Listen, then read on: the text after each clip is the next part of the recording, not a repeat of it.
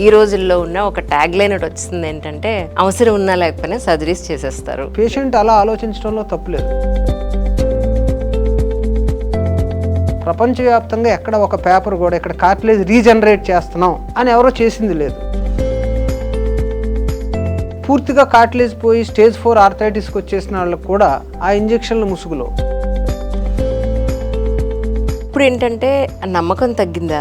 Research చేసుకుంటే గానీ ఒక నిర్ణయానికి రాకపోవడానికి what was the main reasons అంటే ఏం చెప్తారండి? మీరు అన్నట్టు బ్లాక్ షీప్స్ ప్రతి ప్రొఫెషన్లో ఉంటారు. నేను ఆ ఇంజెక్షన్లే తప్పు పూర్తిగా అసలు చేయకూడదని అన్నాను, కానీ but it is not for a proper indication, then it is more of a loss. Hospitals commercialise అయిపోయి అని అనడానికి లేదా అసలు ఇప్పుడు కరెక్ట్గా చెప్పాలంటే? మీ మందుల మీద జిఎస్టీ ఉంది, మీరు కొనే ఎక్విప్మెంట్ మీద జిఎస్టీ ఉంది. ఈ మట్టి అంతా కూడా బురద డాక్టర్కే అంటుతుంది. సో ఒక ఆపరేషన్కి 5 లక్షలు ఖర్చు అవుతుంటే అందులో డాక్టర్కి వచ్చే వాల్యూ. ఈరోజు ఇండియాలో మీకు ఛాతీలో నొప్పి వస్తే అరగంటలో వైద్యం దొరుకుతుంది. కరెక్ట్.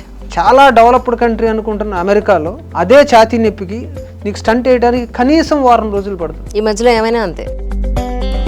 మనం జీడిపి ఇంత పెరిగింది అని చెప్తున్నాం. ప్రతి హాస్పిటల్లోనూ కూడా ఆరోగ్యశ్రీ అనేది 85 to 95% అనేది మనం చూస్తున్నాం. అసలు ఇదేంటి, దీన్ని ఎలా బ్యాలెన్స్ చేస్తారు మీరు? ఈ స్కీమ్స్ అన్ని స్టార్ట్ చేసింది డెఫినెట్గా ఇట్ ఈస్ పేషెంట్ నా దగ్గరకి బెంచ్ కార్లో వస్తాడు, మా నాన్నమ్మ అండి ఆరోగ్యశ్రీలో చేసేయండి. వీళ్ళు ఇదే కంపెనీ మెడిసిన్స్ ఇస్తారు, వీళ్ళు ఇదే కంపెనీ మెడిసిన్స్ ఇస్తారు అనేది నిజానికి క్వాలిటీ అనేది పర్టికులర్ కొన్ని బ్రాండ్స్లోనే ఉంటుందనే ఉద్దేశం. With 2 different companies which is one at 20,000 rupees and one at 1,800 rupees. The mud is slung on the doctors because వీళ్ళు ఏదో దాంట్లో కమిషన్ వస్తుంది కాబట్టి అదే రాస్తారు, దీంట్లో కమిషన్లు వస్తాయి.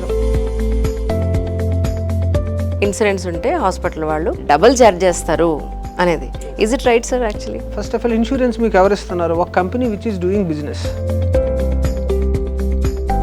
You will blacklist the hospital if it is something false. Almost మీరు ఒక 20 yearsగా పేషెంట్స్ని చూస్తున్నారు కదా సార్.